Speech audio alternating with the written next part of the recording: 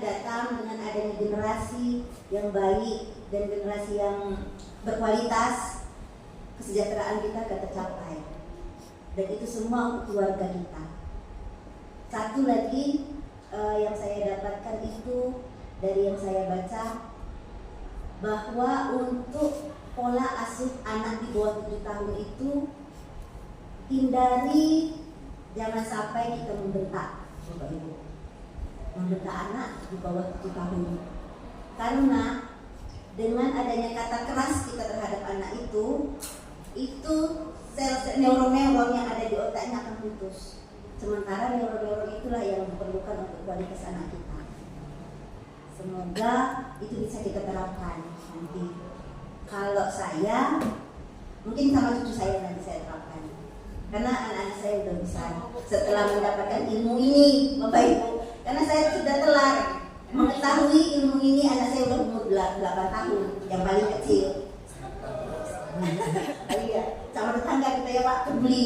Karena inti dari, kalau saya tarik dari kesimpulan pekerjaan saya sebagai PLKB, inti dari pekerjaan saya adalah peduli, kemudian bekerja dari hati. Semoga kita sama-sama bisa berprinsip seperti itu. Kalau misalnya jujur saya tidak terbiasa bisa seperti ini Bapak Ibu. Jadi kita saling tanya jawab aja, nggak apa-apa, saling bercerita. Jadi untuk kondisi stunting secara garis besarnya memang Kabupaten Bengkulu Tengah sudah menurun. Kemudian faktor-faktor penyebab stunting itu yang paling utama adalah pernikahan anak, terus zat gizi yang dikandung yang didapati ibu saat ibu hamil, kemudian pola asuh. Itu salah satu faktor yang menjadi andil dalam peningkatan kasus stunting. Untuk kedepannya sebagai informasi, stunting memang tidak ada dibicarakan lagi karena kita berfokus kepada kualitas anak. Jadi kalau kami di BKKBN itu yang namanya TPK, tim pendamping keluarga tadi masih tetap itu, jadi nanti statusnya sama seperti PPKBD dan PPKBD, akan tetap disupport sama BKKBN. Kalau itu TPK, karena kita berpikiran untuk membangun generasi emas yang akan datang. Kita akan memperhatikan memang pertumbuhan dan perkembangan anak itu dari anak remaja, catim, dan bungil, seperti itu. Rasanya demikian yang bisa saya sampaikan. Semoga ada manfaatnya. Lebih dan kurang mohon maaf. Dan jika ada yang Bapak Ibu mau bertanya tentang hal apapun, insya Allah kalau saya bisa memberikan informasi, saya berikan informasi. Itu saja. Mohon maaf atas segala salah. Assalamualaikum warahmatullahi wabarakatuh. Waalaikumsalam warahmatullahi wabarakatuh. Ya.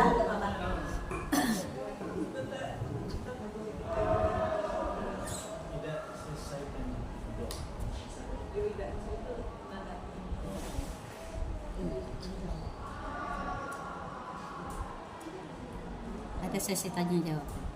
Demikianlah penyampaian materi yang telah disampaikan oleh narasumber kita.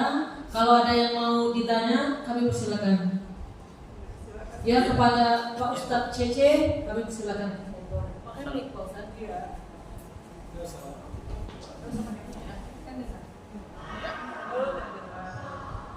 Duduk boleh kan? Berdiri Pak. Berdiri Bapak biar tampak. Assalamualaikum warahmatullahi wabarakatuh. Waalaikumsalam warahmatullahi wabarakatuh. Panggilan saya Cecep Bun. Panggilan kesayangan. Ayo Bun. Ini Bun. Tadi yang disampaikan saya paham, tapi bagaimana menyampaikan ke orang tersebut. Jadi saya punya kawan, anaknya itu kecil-kecil dua-duanya. Jadi bilang stunting, dia marah, gitu kan? Tapi bukan saya yang nyampaikan, beliau yang disampaikan oleh orang lain, gitu kan? Oh, saya kan dia itu apa namanya obat-obatan ngerti? Kalau nih begitu. Keturunan. Jadi nggak terima gitu Keturunan ada dibilang anaknya stunting. keturunan juga bisa. Si anak Tidak ini apa-apa. kecil Yang penting kan banget. isi otak. Jadi yang 2 tahun kecil, yang 1 tahun kecil juga sama. Dari situ. Itu. Nah, itu bagaimana menyampaikan supaya Vitamin. tidak tersinggung vitamin. anak kawan saya. Susu boleh. Stimulan. Itu Pak. Ini buat permulaan yang lain nanti. Nah, Stimulan. itu dulu udah. Terima kasih. Assalamualaikum. Waalaikumsalam warahmatullahi wabarakatuh. Terima kasih Ustadz Cece. Mungkin ada kawan-kawan yang lain yang ingin bertanya. Masih bisa kami tampung. Ya Ustazah Penti.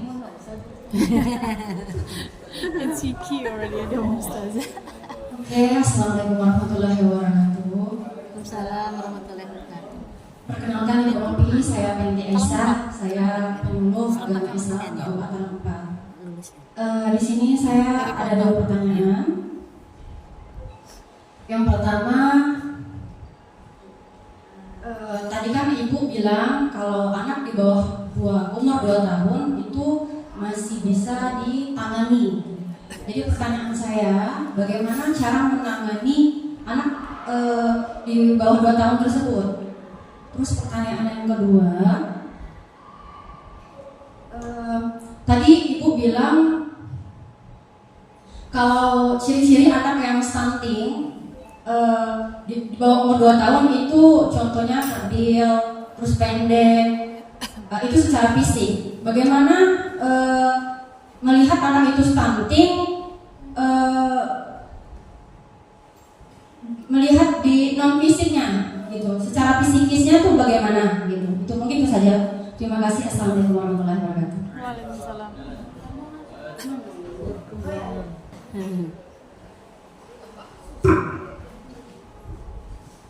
Bismillahirrahmanirrahim. Assalamualaikum warahmatullahi wabarakatuh. Waalaikumsalam warahmatullahi wabarakatuh. Terima kasih Ibu atas pemaparan materinya, sangat bagus sekali. Terutama kami selaku garda terdepan di masyarakat dari Kementerian Agama. Stunting bagi kami ada 2 penanganan yang kami ketahui, di hulu dan di hilir.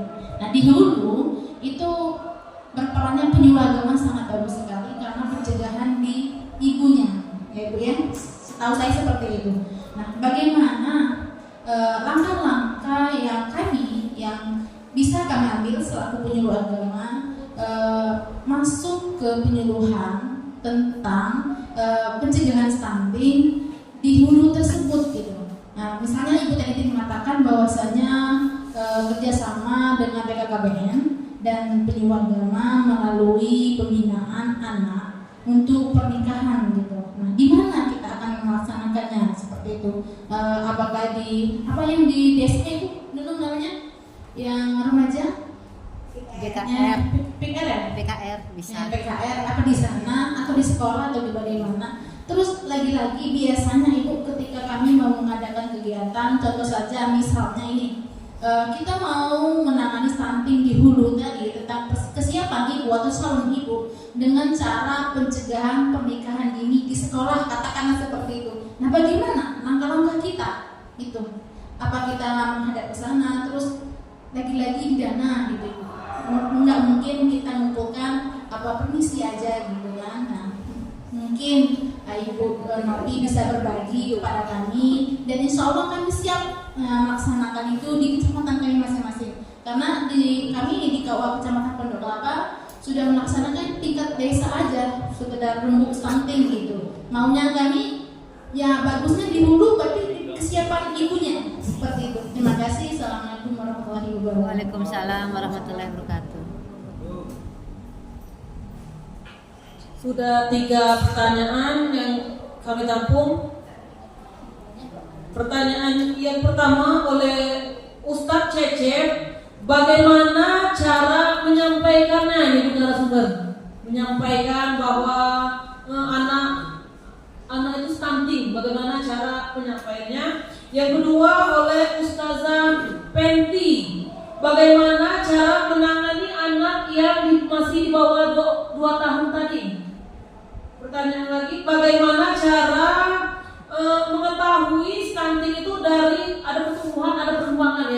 Bu narasumber ya. Ini dari perkembangannya bagaimana? Cara kita untuk mengetahui bahwa anak itu stunting. Kemudian dari Ustazah MC, bagaimana langkah-langkah kita untuk melakukan penyuluhan stunting itu, Ibu narasumber? Kami serahkan kepada Ibu narasumber untuk menjawab. Permisi. Jadi dari minta kesempatan kepada Ibu, nanti mohon kiat-kiatnya. Kemudian kalau memang ada ke depannya memang kita harus bekerja sama, nanti kebetulan Pak Kasih ada, nanti mungkin bisa disampaikan ke Pak Kasih agar kami seluruh penyuluh bisa saling bersinergi dengan penyuluh PLKB. Jadi kalau misalkan ada kegiatan-kegiatan, andaikan dibolehkan seperti yang berkaitan yang ditanyakan oleh MC tadi, kalau berkaitan dengan dana. Jadi kalau andaikan boleh bersinergi ketika penyuluh atau maupun pihak puskesmas terjun ke lapangan, kalau dibolehkan kami ikut, kami mohon bisa ikut kayak gitu, nah, agar kita untuk kedepannya dalam menuntaskan menuju zero stunting bisa dilaksanakan. Mohon Ibu atas tanggapannya terhadap Terima kasih Bapak Ibu, duduk tidak apa-apa. Tidak apa-apa Bu. Soalnya tapi dia itu gak Bapak berlipat. Oke. Untuk Pak Cecep, kalau kami di BKKBN itu ada yang namanya pendekatan personal. Jadi kami juga punya kawan yang kayak gitu. Ya jelas dia keberatan anaknya diomong stunting. Yang jelas kita tengok, kita lihat dulu dan dia masuk ke daftar keluarga risiko stunting apa tidak. Nah, jika dia masuk ke dalam daftar keluarga risiko stunting, berarti pihak dinas kesehatan itu sudah menetapkan ciri-ciri kalau anak itu stunting. Yang jelas kalau memang jarak antara anak satu dan anak dua itu dekat, itu sudah pasti gizi, kemudian perhatian orang tua, yang tadi yang faktor utama pola asuh itu jelas sudah berimbas ke anak. Jadi kerdil, oke, kerdil. Kalau dulu ya katanya stunting itu kerdil dan pendek. Tapi setelah ada penelitian kan enggak lagi, pengertian stunting berubah jadi perkembangan. Jadi adanya keterlambatan perkembangan anak. Nah, jadi perkembangan misalnya oke, dia kerdil, tapi dia misalnya umur 3 bulan bisa nengkurap, dia bisa nengkurap kayak gitu kan. Kemudian karena di BKKBN juga ada KKA namanya Bapak ya. KKA, terus di itu yang buku pink kalau sekarang. Jadi kalau kami terhadap keluarga menyarankan untuk selalu memperhatikan perkembangan anak itu berdasarkan buku pink dan KKA. Nah, jadi di buku pink itu kalau yang dari Ginkes itu dari gizi anak itu sudah ada semua tuntunannya Bapak Ibu. Kemudian kalau di KKA itu tentang misalnya anak 4 bulan atau anak 9 bulan sudah bisa berdiri, terus anak 5 bulan sudah bisa mengenali warna, lihat warna yang ngejreng-ngejreng dia suka kayak gitu, terus pendengaran. Nah, kalau perkembangan itu sudah sesuai dengan apa yang ada di KKA dan di buku pink itu tidak stunting Bapak walaupun dia kerdil. Nah, kalau untuk yang jelas memberikan informasi ke keluarga tersebut, kita secara pendekatan personal. Terus kita lihat juga apakah memang anak ini stunting dari perkembangannya. Kalau memang kerdil itu belum tentu dia stunting Bapak. Terus kita juga lihat kondisi ekonomi keluarga dia. Kemudian yang penting itu pola asuh. Itu. Kalau kita langsung bilang stunting, yang stunting aja nggak mau dibilang seperti itu Bapak. Atau kemarin ada juga yang strategi pemberian bantuan. Jadi tidak dibilang ini bantuan untuk stunting, tapi ini dibilang ada oleh-oleh sedikit yang bisa dimanfaatkan untuk keluarga. Seperti itu. Nah, itu Bunda yang bilang orang kesehatan itu. Oh. Orang kesehatan kan cerita ke Sampai Pak.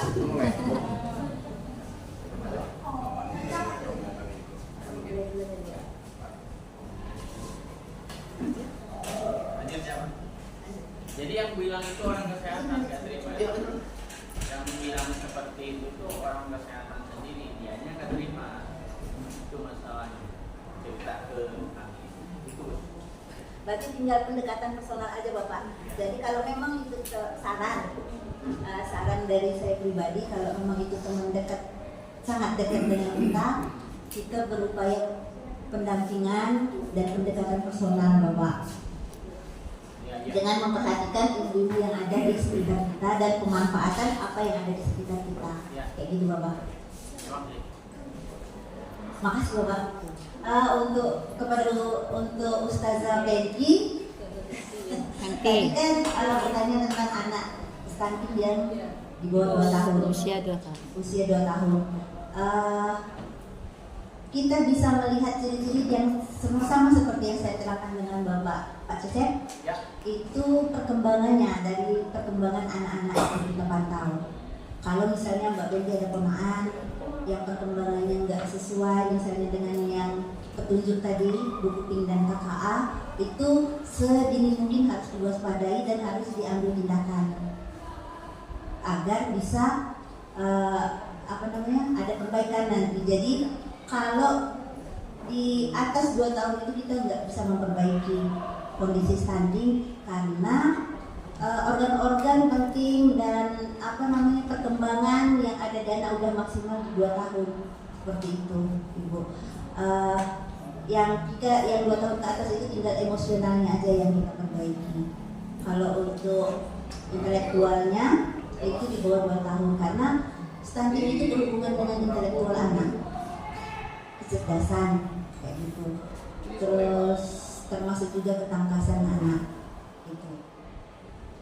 Kemudian yang untuk sudah gimana? Lebih ke penanganan anak di bawah 2 tahun itu bagaimana? Kan masih bisa diperbaiki kata Ibu. Penanganannya yang pertama MPASI-nya kita lihat MPASI-nya itu sudah berdasarkan anjuran atau tidak. Kemudian pola asuh rata-rata ibu-ibu muda sekarang terkadang dia bukan abai sih, karena memang asik dengan dunia maya, terkadang galak karena anak tidak nangis atau apa kayak gitu, nah kan jadi masih aman-aman aja. Berarti di pola asuh juga diperhatikan. Itu penanganan yang utama itu gizi yang anak konsumsi dan pola asuh terhadap anak tersebut. Kemudian yang tidak lupa juga yang harus itu imunisasi anak. Itu yang penting, yang paling penting yang diperhatikan. Karena kalau imunisasi anak lengkap, kemudian jarak antara anak satu dan anak yang lainnya itu sesuai standar, itu 5 tahun. Jadi perhatian kita terhadap anak akan fokuskan pada anak yang di bawah 2 tahun itu. Berarti yang pertama gizi, yang kedua pola asuh, itu yang bisa memperbaiki paling tidak untuk stuntingnya, kondisi anaknya seperti itu. Oke, makasih Ibu. Dan untuk Mbak Ibu yang Pondok Kelapa ya, kalau di Pondok Kelapa itu kayaknya nggak kena sini Ibu sama Bu Demoni, Pak Rohman, dan yang terbaru Mbak Mai. Nah itu kalau kami di Karangtinggi kemarin udah sekali sih turun ke SMP 5. Jadi kita teknisnya kalau kita langsung ke kepala sekolahnya Ibu. Misal kemarin kami ke SMP 5 dan SMA 5 itu untuk PR-nya, kalau anak-anak di sekolah kan namanya PR itu pusat informasi konseling remaja, itu memang belum, karena nggak ada guru BP-nya jadi dia tidak aktif. Jadi kami ke sekolah untuk memastikan ke kepala sekolahnya menyiapkan 1 hari saja untuk anak-anak itu kumpul sama kami. Nah, jadi kita mandiri, Ibu. Jadi penyuluh kami Karang Tinggi mandiri ke SMP, SMA itu ada penyuluhan tentang kesehatan reproduksi, kemudian pendewasaan usia perkawinan terhadap anak-anak, kemudian bahaya seks di luar nikah, kayak gitu. Terus dengan anak-anak SMP materi yang kita berikan baru di pengenalan tentang reproduksi dan untuk kesehatan reproduksi mereka, seperti itu, dan itu mandiri kita lakukan. Nah, untuk penarik minat anak-anak itu kita bawa apa, ciki-ciki atau apa kayak gitu, teknis kami bawa Ibu ke sekolahnya. Itu yang kerjasama itu RKB sendiri, apa kerjasama dengan puskesmas atau gimana? Kalau untuk ke puskesmas kita OPDKB kemarin, kebetulan masih kami yang mengelola. Itu ke puskesmas kita udah MOU 5 tahun sekali. Yang turun ke lapangan tadi Betul. di PLKB atau ada kan bisa ini Mandiri PLKB. Itu makanya kemarin kita MOU ke KUA Karang Tinggi. Harapan kita nanti turunnya sama-sama dengan penyuluh agama nanti ke SMP dan SMA yang ada di Kecamatan Karang Tinggi. Makanya kita sudah mengadakan MOU duluan. Jadi nanti kalau pas jadwal, kami sudah susun jadwal, sudah konfirmasi dengan SMA hari-hari apa, di bulan berapa, tanggal berapa. Nah, nanti baru diinfokan ke KUA-nya untuk penyuluh agama. Seperti itu langkah yang untuk khususnya di Karang Tinggi, di Kecamatan Karang Tinggi. Soalnya pernah kemarin pas penerusan tingkat kecamatan, kepala keuangan menyampaikan kalau memang serius ya kita apa sosialisasinya di mana kelompok anak yang banyak di sekolah gitu kan. Jadi kerjasamanya itu ya mungkin yang mengadakannya seperti kecamatan dan puskesmas, nanti yang pematerinya bisa dari penyuluh, bisa kita sosialisasi tentang undang-undang perlindungan gitu kan, terus dampaknya kalau minta usia muda terhadap santri seperti itu. Jadi semua nanti ketika ada kegiatan lagi gitu, kita ke lapangan ikut sertakan kami dan penyuluh juga gitu kan. Ya, Ada banyak. kalau memang ini mau